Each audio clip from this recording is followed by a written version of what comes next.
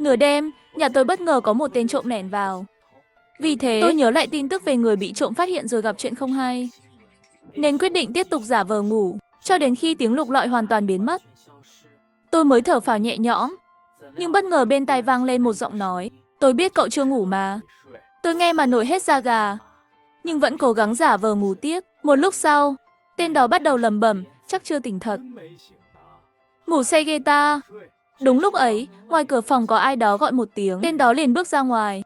Hóa ra còn có đồng bọn nữa sao? Tôi ở trong căn hộ thuê chung 3 phòng. Không biết các bạn cùng phòng có gặp nguy hiểm gì không?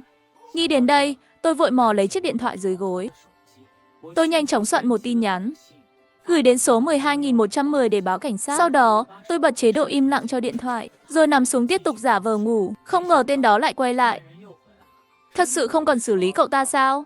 Nghe câu này, tôi lập tức nhận ra, họ có thể không chỉ đơn giản là trộm. Dù sao trộm thường chỉ muốn đồ đạc. Sao lại nghĩ đến chuyện làm điều đáng sợ chứ? Đang lúc tôi căng thẳng, hai tên đó bắt đầu lục lọi trong phòng tôi. Nhưng tìm một lúc không thấy gì đáng giá. Chúng lại đi ra ngoài. Lần này tôi càng rối hơn. Rốt cuộc chúng muốn làm gì đây? Rõ ràng hành động giống trộm lắm mà. Nhưng lại tính đến chuyện xử lý tôi. Lúc này tôi nhớ ra phòng khách có gắn camera. Thế là tôi lèn lấy điện thoại ra.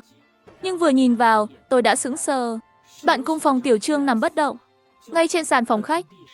Còn hai tên trộm, một cao một thấp, đội mũ và đeo khẩu trang, vẫn đang lục tìm gì đó. Tôi hoảng đến mức muốn cầu cứu. Thì phát hiện có tin nhắn mới trên WeChat. Là Tiểu Thần nhắn trong nhóm, mọi người có ở nhà không? Chưa ngủ đúng không? Tôi vội gõ, cậu đang ở ngoài phải không? Có kẻ xấu đột nhập. Mau gọi cảnh sát cứu tôi. Nhưng câu trả lời của Tiểu Thần làm tôi lạnh người. Tôi biết cậu chưa ngủ mà. Chẳng lẽ một trong hai tên trộm là Tiểu Thần sao? Nhưng giọng nói tôi nghe không giống Tiểu Thần. Và lại nếu là cậu ấy, chắc đã nhận ra tôi giả vờ từ lâu rồi. Nghĩ vậy, tôi nhắn lại.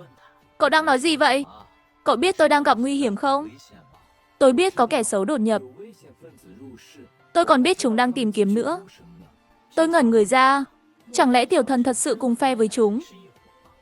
Tôi tức tối nhắn. Cậu bị làm sao vậy?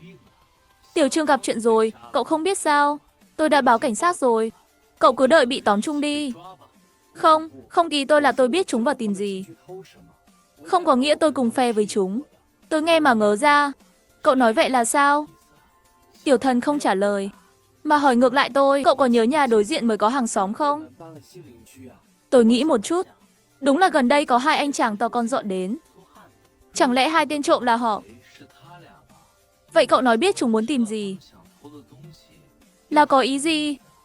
Chúng đang tìm cách lấy trí nhớ của cậu. Nghe câu này, tôi bỗng không muốn nói chuyện nữa. Cậu ấy chắc chắn đang nói nhảm. Và lại tôi đã báo cảnh sát rồi. Cảnh sát hẳn sẽ đến ngay thôi. Nghĩ vậy, tôi mở hộp tin nhắn. Xem phản hồi từ 12110. Nhưng nội dung lại là tôi biết cậu chưa ngủ mà. Tôi ngơ ngác luôn. Chuyện gì đang xảy ra vậy? Lúc này Tiểu Thần lại nhắn trong nhóm. Cảnh sát sẽ không đến đâu, nhưng tôi sẽ trả lời tin nhắn của cậu. Tôi càng rối hơn. Rốt cuộc là thế nào đây? Cậu làm cách nào vậy? Nhưng Tiểu Thần không giải thích nhiều. Nghe tôi đi. Đừng trông chờ ai đó ngoài kia giúp cậu nữa. Không còn hy vọng đâu. Ngoài ra, đừng để chúng biết cậu tỉnh.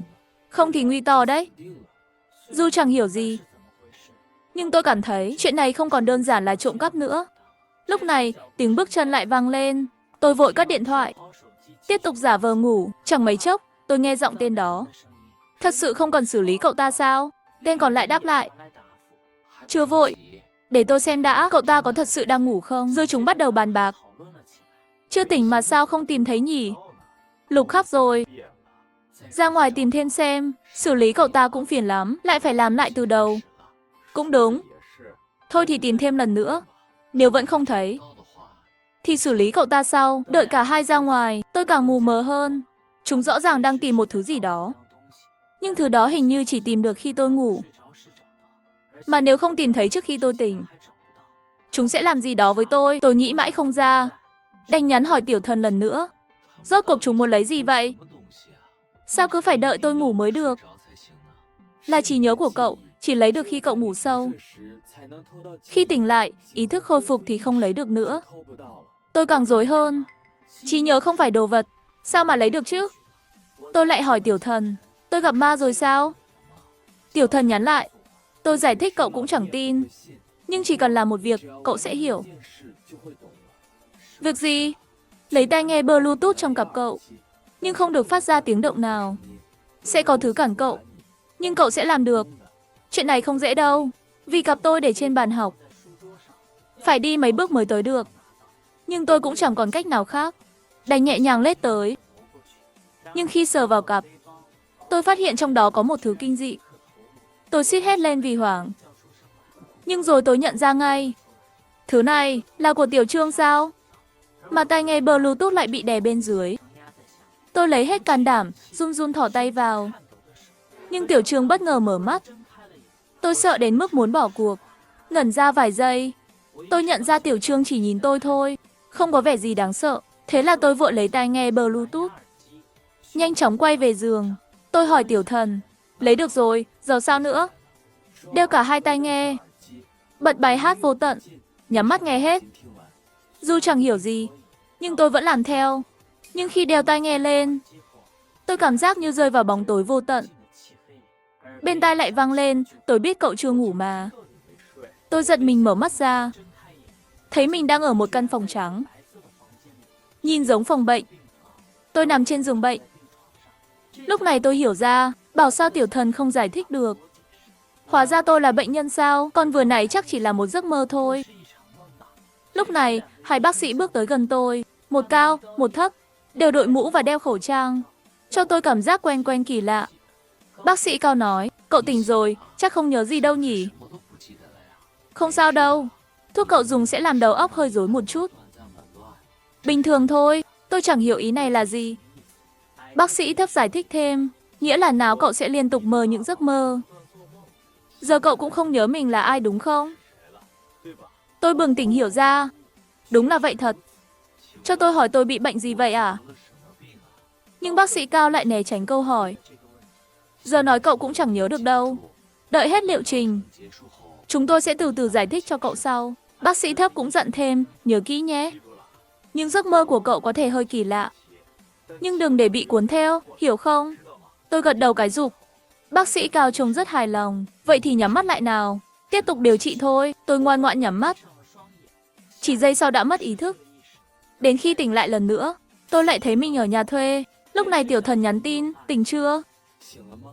Thời gian không còn nhiều đâu. Tôi vội trả lời, tỉnh rồi. Tôi biết sự thật rồi. Nhưng Tiểu Thần lại phản bác. Không, cậu chưa biết sự thật đâu.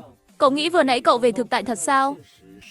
Không phải đâu, tôi bất chợt nhớ ra một câu, dặn tôi đừng để bị cuốn theo. Vậy là Tiểu Thần cũng là một phần làm tôi rối thôi. Tôi chỉ cần không để ý cậu ta là được, dù sao đây chỉ là mơ. Hết liệu trình là tôi sẽ ổn thôi. Nhưng Tiểu Thần lại nhắn, cậu vừa vào không phải thế giới thật đâu. Không tin thì nhớ lại xem, những người cậu thấy chỉ có 2 người thôi đúng không? Còn ở đây, những kẻ làm cậu lo lắng cũng là 2 người phải không? Tôi giật mình ngẩn ra, dường như hiểu ra gì đó. Hai bác sĩ kia cũng một cao một thấp, lại còn đeo khẩu trang, chẳng thấy rõ mặt mũi. Chẳng phải giống hệt 2 tên trộm ngoài kia sao? Vậy phòng bệnh đó mới là mơ thật sao? Tôi hơi hoang mang, đành hỏi Tiểu Thần, vậy cậu nói tôi nghe, rốt cuộc tôi đang trải qua chuyện gì vậy? Vẫn phải để cậu tự thấy mới tin được. Nên việc tiếp theo cậu làm rất quan trọng. Cậu sẵn sàng chưa? Xem ra cậu ta lại định bảo tôi làm gì đó kỳ lạ. Nhưng tôi chưa hoàn toàn tin cậu ta, vì nơi này còn kỳ cục hơn cả phòng bệnh vừa nãy. Còn việc bác sĩ giống 2 tên trộm, có khi chỉ là tôi tưởng tượng trong mơ thôi. Nghĩ vậy, tôi hỏi Tiểu Thần, thế cậu là ai? Chỉ là bạn cùng phòng của tôi. Sao cậu biết nhiều thứ vậy? Chuyện này không hợp lý chút nào. Tôi đương nhiên không chỉ là bạn cùng phòng. Nhưng cậu phải nghe tôi, không thì không kịp nữa. Quả nhiên cậu ta không chỉ là bạn cùng phòng. Nhưng cậu ta còn có thể là gì? Vì cậu ta cứ nhấn mạnh tôi phải làm theo lời cậu ta. Chắc hẳn liên quan đến mục đích của cậu ta. Vậy danh tính thật của cậu ta chỉ có một khả năng,